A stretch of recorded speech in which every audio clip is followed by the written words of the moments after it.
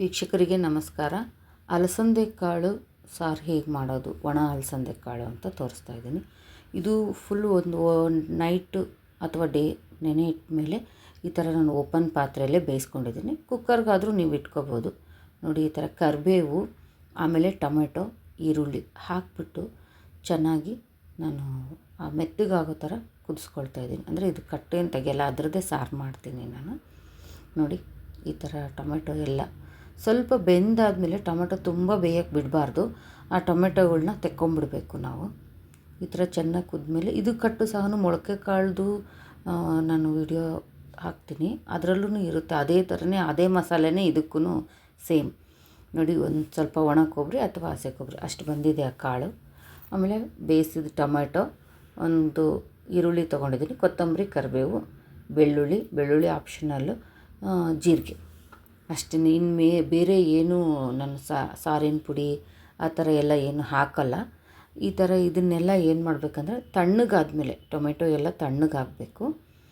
ತಣ್ಣಗಾದಮೇಲೆ ನಾವು ಅದರದ್ದು ಮೇಲಿಂದೆಲ್ಲ ಸಿಪ್ಪೆ ತೆಗೆದುಬಿಟ್ಟು ನೀಟಾಗಿ ಒಂದು ರೌಂಡು ತುಂಬ ಪೇಸ್ಟ್ ಆಗೋ ಥರ ಸಣ್ಣಗೆ ಮಾಡಿಕೊಂಡ್ರೆ ಚೆನ್ನಾಗಿರುತ್ತೆ. ಅದೆಲ್ಲ ಹಸಿ ಕೊಬ್ಬರಿ ಬೇಕಾದರೂ ಹಾಕ್ಕೋಬೋದು, ಒಣ ಕೊಬ್ಬರಿ ಬೇಕಾದರೂ ಹಾಕ್ಕೋಬೋದು. ಆನಂತರ ಪಾತ್ರೆ ಇಟ್ಬಿಟ್ಟು ನಾನು ಹಂಗೆ 1-2-3 ಸ್ಪೂನ್ ಎಣ್ಣೆ ಹಾಕಿಬಿಟ್ಟು ಒಗ್ಗರಣೆನೂ ಡೈರೆಕ್ಟೇ ಮಾಡ್ಕೊಂಡು ಆಮೇಲೆ ಅದಕ್ಕೆ ಮಸಾಲೆ ಹಾಕ್ಬಿಡ್ತೀನಿ.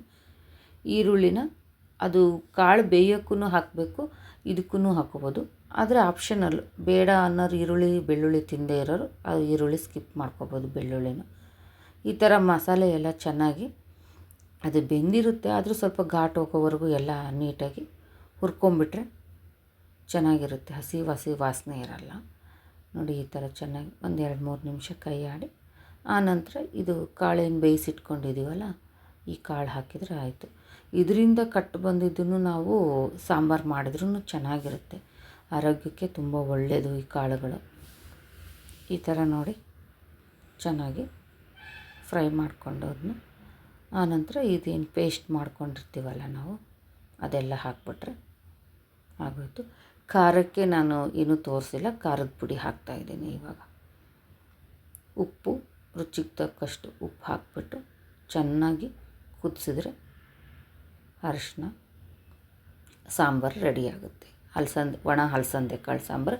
ಹಸಿ ಅಲಸಂದೆ ಕಾಳಿಗೂ ಹೀಗೆ ಮಾಡ್ಕೊಂಡು, ಅದನ್ನು ಒಂದು ಸ್ವಲ್ಪ ಕುಕ್ಕರ್ಗೆ ಇಡೋದಕ್ಕಿಂತ ಹಸಿದು ಈ ಥರ ಮಾಡಿಕೊಂಡ್ರೆ ಒಳ್ಳೆಯದು.